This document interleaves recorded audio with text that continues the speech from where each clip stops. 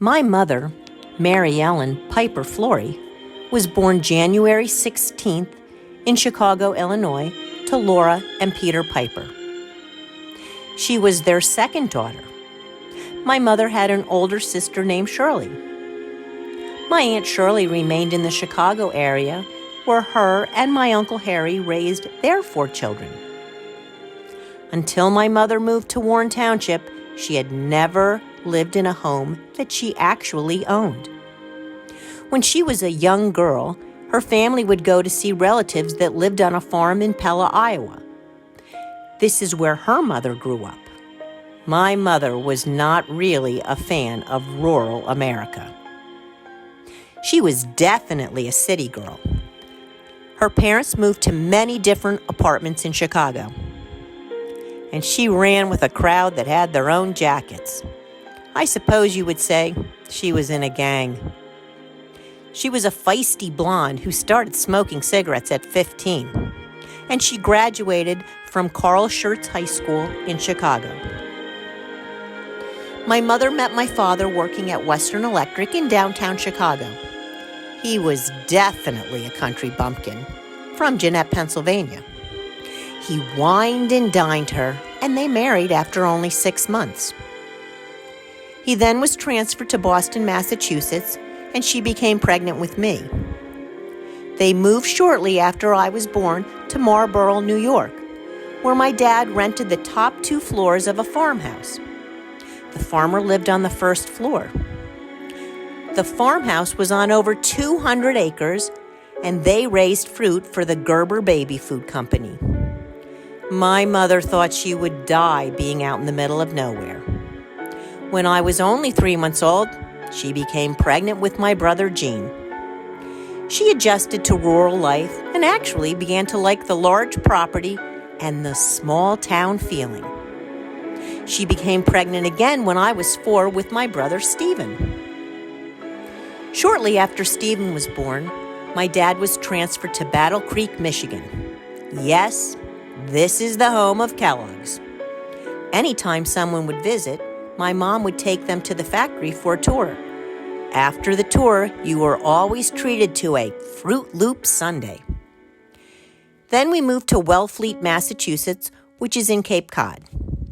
Those were fun times, clamming, eating lobster and fish, only because it was actually cheaper than ground beef. Crazy. From there, we moved to New Jersey. We first stayed at the Park Hotel in Plainfield until my dad found a house to rent in Somerville. It was nice that Gene and I could walk to school and come home for lunch. But my dad wanted more property. So we ended up at 37 King George Road in Warren Township, the first house my mom and dad owned. I remember them saying, "It's really over our budget," but they liked the house and they figured they would make it work. It was a whopping $37,000. A couple of years later, my mother was pregnant with my youngest brother, Philip. My dad was so excited when he came home from the hospital. He ran up the stairs and woke me up and said, "You have another brother." Geez. Life settled in. My mom was a Brownie leader, Girl Scout leader, Cub Scout leader in the PTA. She got involved in town politics along with my dad. She supported the Lions Club, which she eventually became a member of. And both her and I were members of the American Legion's Women's Auxiliary until it was disbanded. She was in the Historical Society and the Senior Citizens of Warren, and eventually she became the president. All 4 of us have married and have families of our own. I still live in Basking Ridge, along with my husband Gregory, and have 3 children. Sarah, who has 3 children of her own, Zachary and Rachel.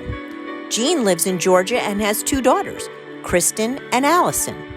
Stephen lives in Jacksonville, Florida, and has 3 sons, Max, Jacob, and Sam. Philip lives in Wyckoff, New Jersey, and has 2 children, Shane and Fiona. My mom loved to party and had an infectious laugh and an amazing smile. There were many things she wasn't great at, like cooking, cleaning, or any type of chore outside. But she was a good listener and a supportive mother and friend to all that knew her. She loved to travel and go out to lunch or dinner. She set a snappy table for any holiday and always had the right outfit. As I continue this journey without her, it will be a bit more lonely. But as I told her at the end, I love you very much, and I will see you on the other side. On behalf of my brothers and myself, I would like to thank you for coming to celebrate Mary Ellen Florey's life.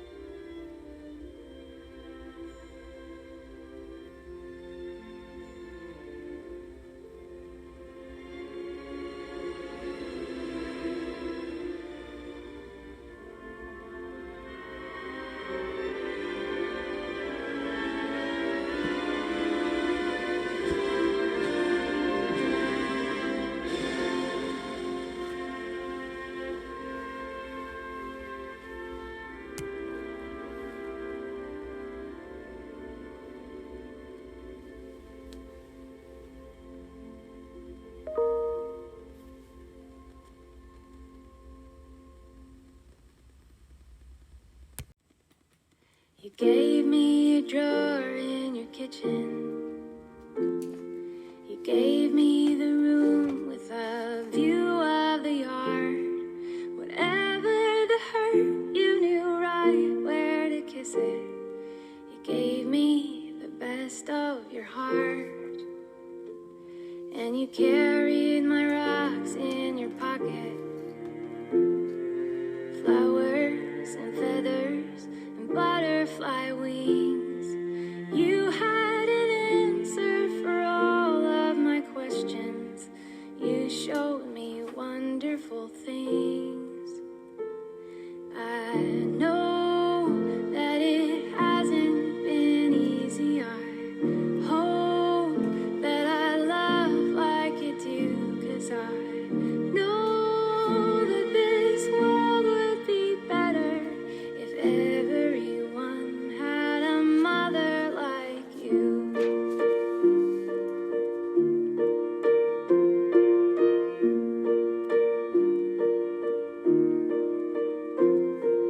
You make the best macaroni. We never cared that it came from a box. The mom in the stands always clapping her hands, started cheering and still haven't stopped. And you held me when I came home crying, 'cause someone said something that just wasn't true. I always said that Janelle was my best friend, but really, it's always been you.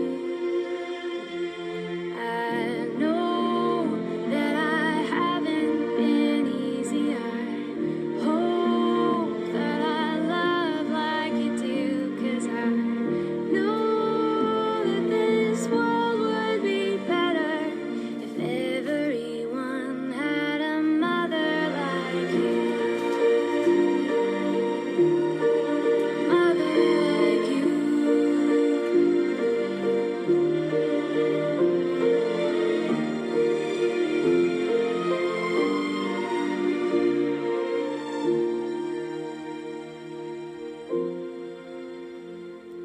Our second was born in September. I still can't believe I have kids of my own. I look in their eyes and I can't help but wonder, who will they be when they're grown? I know it won't always be easy. I hope I can love like you do, 'cause I know that my kids will be better if they have a mother like you. If I am a mother like you, 'cause I had a mother like you.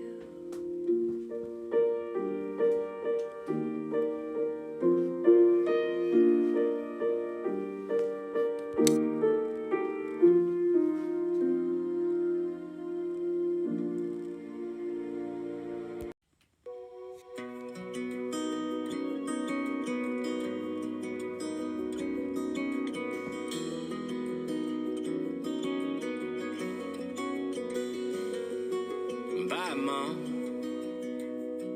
That's what I said at 5 years old, the first day of school. Already then I thought I was way too cool. I thought I had it figured out, and I didn't know a thing.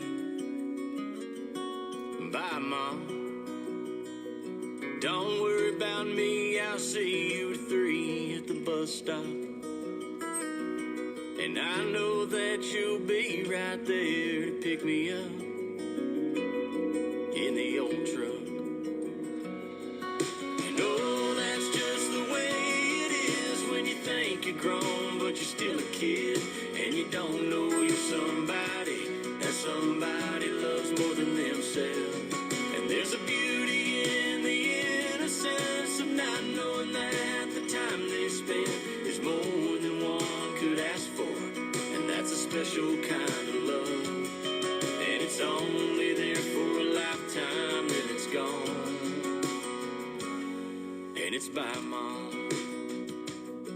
You can drop me off down the block around the corner square. All my buddies are waiting for me just over there. I'll see you later on.